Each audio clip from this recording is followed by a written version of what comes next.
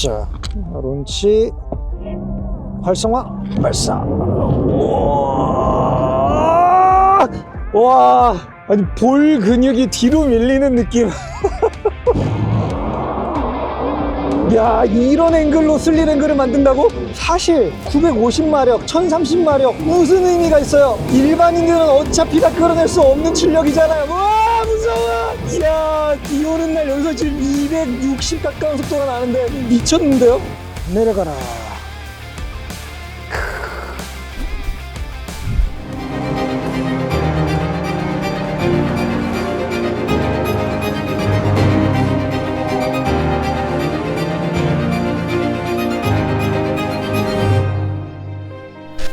안녕하세요, 스테이션B의 강주혁입니다. 네, 이 포르쉐 브랜드가 정말 또 기괴한 일을 해내고야 말았습니다. 바이작 패키지라는 이 타이칸의 터보 GT의 끝판왕 모델이 나타났습니다.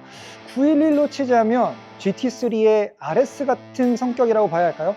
아직은 어떤 느낌인지 잘 모르겠는데, 이 차는 포르쉐 최초로 4도어 세단의 2시터 2인승 자동차고요. 그리고 전기차 최초로 1000마력을 넘어선 모델이 되겠습니다. 포르쉐 최초로 전기차로 시속 300km 이상을 달릴 수 있는 여러모로 역사적인 의의를 갖게 되는 그런 괴물 같은 자동차입니다. 1034마력, 그리고 완벽하게 젖어버린 인제 스피디움의 노면, 이것들이 만나면 무슨 일이 일어나게 될까요? 저는 지금 인제 스피디움의 메인 직선 스타트 라인에 서 있습니다. 제 옆에는 여전히 엄청나게 빠른 타이칸 터보 S가 있는데요. 이 타이칸 터보 S와 이번에 새로 나온 터보 GT 바이작 패키지 드래그 대결을 펼쳐보겠습니다. 3, 2, 1, 스타트!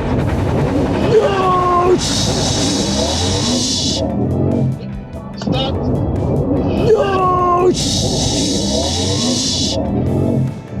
우와, 지금 완전 젖어있는 이 노면에서 3초대 론치가 나옵니다. 와, 이건 미쳤어요. 타이어가 웜업이 되어 있지 않은 상태의 피제로 R이라는 거를 감안을 하고 젖은 노면에 1030마력이 넘는 출력을 감안할 때 이 론치 컨트롤이 주는 이 제어 성능이 진짜 말이 안 됩니다. 말이 안 돼요. 지금 출력이 어마어마해서 저도 모르게 본능적으로 왼발 브레이크를 쓰고 있습니다. 경주차를 타는 그 느낌에 가깝다는 거거든요. 5m에 달하는 이 거대한 거구가 딱 한 피스로 찍어내어 있는 아주 견고한 차체의 느낌처럼 움직여주고 있어요. 이게 타이칸이 맞나 싶을 정도의 약간의 좀 아노미가 올 정도거든요. 그리고 확실히 기존의 타이칸하고 1단에서 2단으로 변속되는 그 포인트의 변화도 확실히 느껴집니다. 더 높은 속도에서 변속이 이루어지고 있어요. 참고로 이 차량의 출력은 3단계입니다. 기본적으로는 780마력대가 항상 쓸 수 있는 출력이고, 여기서 어택 모드를 넣게 되면 10초 동안 950마력대로 차의 출력이 올라갑니다. 그리고 아까 보여드렸던 론치 스타트에서는 1000마력이 넘는 숫자로 정말 말 그대로 몬스터의 성능을 보여주게 되는 거죠.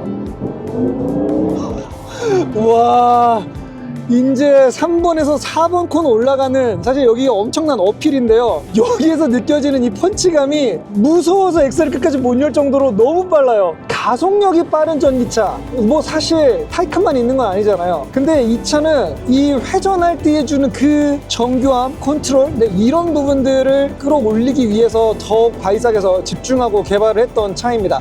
즉, 종방향이 아니고 횡방향으로 가지고 놀 때 엄청나게 놀라운 성능을 보여줄 수 있는 진짜 전기 스포츠카입니다. 오늘 비가 오는 게 약간 애석할 정도예요. 지금 이 피제로 R 타이어로는 와, 지금 여기에서 풀스로틀을 열어낸다는 것 자체가 엄청난 모험입니다. 그런데도 괴물 같은 출력의 타이칸을 지금 첫 랩, 그리고 이제 두 번째 랩에 들어오고 있는데 뭔가 공포감이 들지는 않아요. 여전히 이 차를 제어할 수 있겠다라는 확연한 어떤 통제권에 대한 자신감이라고 할까요? 이런 것들이 올라옵니다. 타이칸 터보는요, 엄청나게 빠른 S클래스 같은 느낌도 사실 있었거든요. 근데 이 GT라는 이름이 뒤에 붙는 순간 타이칸이 가지고 있었던 정통성과 존재의 의의는 완전히 달라지는 것 같아요. 사실 950마력, 1030마력 무슨 의미가 있어요? 일반인들은 어차피 다 끌어낼 수 없는 출력이잖아요. 와, 무서워. 이야, 비 오는 날 여기서 지금 260 가까운 속도가 나는데 미쳤는데요? 어마어마한 고출력을 가지고 있지만 전체적인 핸들링 특성은 여전히 약 언더스키에서 뉴트럴을 진짜 잘 유지하고 있습니다. 뒤쪽에 있는 이 인버터가 900A의 이 실리카바이드 소재가 개선이 되면서 부피와 그 용량도 커지면서 뒤쪽 바퀴에만 689마력이라고 하는 엄청난 전격 출력이 인가가 되고 있는데, 그럼에도 정말 한 방에 뒷바퀴가 빠져버릴 것 같은 예전에 997 GT2 RS가 줬던 무시무시한 느낌들은 없어요. 느껴지는 출력은 분명히 살벌한 출력이 다가오고는 있지만 제어권으로 보면 600~700마력짜리 차를 다스리는 것 같은 약간 그런 느낌에 가까워요. 실제로 이 탑기어 영국에 있는 비행장 트랙 있죠. 거기에서 바이삭 패키지가 911 GT3 RS의 기록을 깨버렸습니다. 뿐만 아니죠. 지금 이 차는 뉴르부르크링에서 양산 전기차 가장 빠른 타이틀 7분 7초 5의 기록을 가지고 있는 차량이기도 하고요. 와, 이 세라믹 브레이크 잡히는 거 장난 아니야. 우와, 이 타이칸 바이삭 패키지에게는 오르막길의 개념이 전혀 없습니다. 인재가 다 내리막길이야. 와, 지금 완전히 젖은 상태에서도 랩을 당기면 50초대 초반도 들어갈 수 있지 않을까 싶은 페이스가 나오거든요. 지금은 이 PSM 시스템이 진짜 효율적으로 이 높은 출력을 다 커버해주고 있는 상황이거든요. PSM을 끈다면 순수하게 이 셰시가 보여줄 수 있는 그 움직임은 과연 어떤 느낌일까요? 다 껐어. 이제 이 1000마력은 오롯이 제 발끝에 통제해 놓이게 됩니다. 와, 근데 PSM이 다 꺼져 있는 상태에서도 어떻게 이렇게 뉴트럴 성향이 강하지? 뒤쪽 그립이 오지간해서는 날아가지가 않아요. 완전 그립 세팅인데요? 진짜 이해가 안 갑니다. 이 어마어마한 토크와 75kg의 바이삭 패키지로 무게를 줄였지만 이게 어떻게 이런 제어권을 갖게 되는 거냐고요. 비가 와서 댐퍼를 스포츠 플러스가 아니라 스포츠 모드로 놓고 타고 있는데 워낙 미케니컬 그립이 좋아서 스포츠 플러스로 타도 되지 않을까라는 생각이 들긴 합니다. 세상에, 뒤쪽에 저렇게 강력한 모터가 있음에도 워낙 이 듀얼 모터의 조열이 잘 되어 있기 때문에 꽁무니가 한 번에 핑그르르 빠져버리는 그런 위험한 상황에는 빠지지가 않습니다. 똑똑한 사륜 조향이 그걸 방지해주고 있고, 또 이 넉넉한 휠베이스와 엄청나게 낮은 CG 포인트가 이 차를 절대 훌리건 스타일로 바꾸는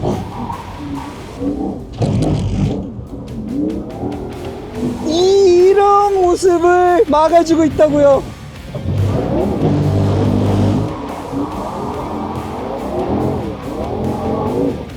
이거지 포르쉐! 약간 아쉬운 점은 있어요. 기존의 타이칸에서도 중간에 완전 FR 쪽, 완전 AWD 쪽 약간 그 사이를 왔다 갔다 하는 이런 그 구동륜의 배분, 요 느낌들이 조금 부자연스럽게 느껴질 때가 있었는데 상당 부분 걷어냈지만 이 바이작 패키지에서도 드리프트 중에 살짝씩 그 AWD와 후륜 왔다 갔다 하는 그 느낌이 좀 애매할 때가 있습니다. 물론 이 타이칸으로 드리프트를 할 분들이 그렇게 많지는 않으시겠지만요.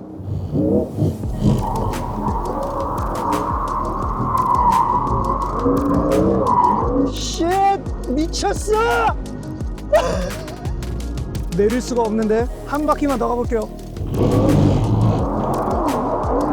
야, 이런 앵글로 슬립 앵글을 만든다고? 오, 거의 90도로 가는데요? 와, 나 땀나. 이 지금 외기 온도가 13도밖에 안 되는 이 날씨에 에어컨을 틀고 차 안에 앉아 있는데도 땀이 나요. 야, 근데 스포츠 플러스의 스포츠 플러스 댐퍼까지의 조합인데도 일단 뭐 여긴 트랙이니까 노면이 좋다는 걸 감안하지만 그래도 그 타이칸 특유의 고급스러운 그 승차감 있잖아요. 컴포트 모드에다 놓으면 타이칸 터보 같은 경우는 진짜 S클래스가 부럽지 않을 승차감을 보여주거든요. 근데 여전히 강력하게 댐퍼를 옵재놓은 이 GT의 바이삭 패키지에서도 그 승차감이 나올 것 같아요. 이건 나중에 공도에서 한번 다시 타보고 다시 한번 자세히 설명을 해드리겠지만, PAR이 들어가 있는 이 차의 승차감과 바디 컨트롤의 능력은 좀 특이한 넘사 영역에 가 있습니다. 그리고 이 950마력까지 쓸 수 있는 오텍 모드도 한 번 쓰면 10초 동안 냉각을 시켜줘야 됐던 그 시간과는 다르게 이제 4초만 기다리면 바로 그 다음번 직선에서 어택 모드를 활성화할 수가 있습니다. 도대체 뭘 어떻게 만들면 10초 동안 거의 1000마력을 뿜어내던 걸 4초 만에 시킬 수가 있는 거냐고요. 와, 어택 모드를 누르는 순간 뭔가 기어 시프팅을 한 번 내린 것 같은 토크의 그 딱 증대감이 느껴지는데 말이 안 돼요. 어택 모드는 랩 타임을 어떻게 하는 게 아니고 제 심장을 어떻게 하는 것 같아요. 이거는 제가 좀 쿨타임을 가져야 될 것 같아요.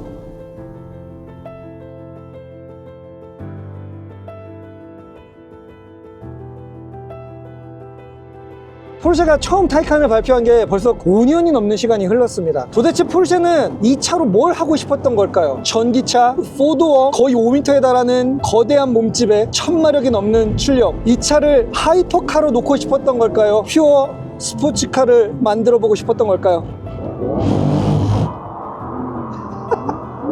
아니면 완벽한 전기차 장난감을 만들고 싶었던 걸까요? 이 차를 운전하시려면 드라이빙 테크닉이란 뭔가에 대해서 다시 완전 밑바닥부터 생각을 해볼 필요가 있습니다. 전기 스포츠카의 주행 방법은 이렇게 타야 된다라는 거를 새롭게 제시하는 것 같아요. 그리고 정말 무게감을 느낄 수 없는, 무슨 마법을 부렸는지 모르겠지만 이게 2톤 이상이 넘어가는 차라고 전혀 느낄 수 없는 그러한 주행 감각을 정말 잘 만들어 놨습니다. 이런 생각을 지울 수가 없습니다. 뒤쪽에 있는 저 689마력짜리 모터만 남기고 앞쪽에 있는 모터를 그냥 싹 걷어내주고 100kg을 더 줄여줬으면 700마력짜리 2톤짜리 후륜구동 타이칸이라고 한다면 그건 바이사 패키지가 아니라 진짜 타이칸 RS라고 불러도 되지 않을까요? 이 차는 마치 포르쉐가 기술적인 진보를 과시하고자 하는, 그리고 정말 우리는 이런 미친 프로젝트까지도 만들어낼 수 있다라는 그 부분에 대한 어필을 이 세상에, 그리고 또 수많은 전기 스포츠카를 표방하고 있는 그 전기차 브랜드들에게 멋지게 한 방을 먹여주고 싶었던 결과물이라고 생각합니다.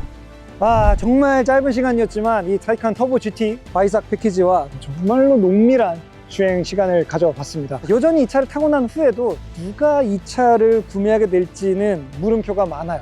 4도어의 대형 세단의 투시터라고 하는 이런 변태적인 조합. 하지만 포르쉐는 지금 이 차에 담고 있던 이 기술을 통해서 향후에 나오게 될 전기 스포츠카 버전에 이걸 접목한다면, 진짜 제대로된 2도어 쿱 스타일의 이러한 전기 파워트레인이 들어가게 된다면 그동안 포르쉐가 내연기관으로 보여주지 못했었던 엄청난 주행 경험을 선사하게 될 거란 사실을 말이죠.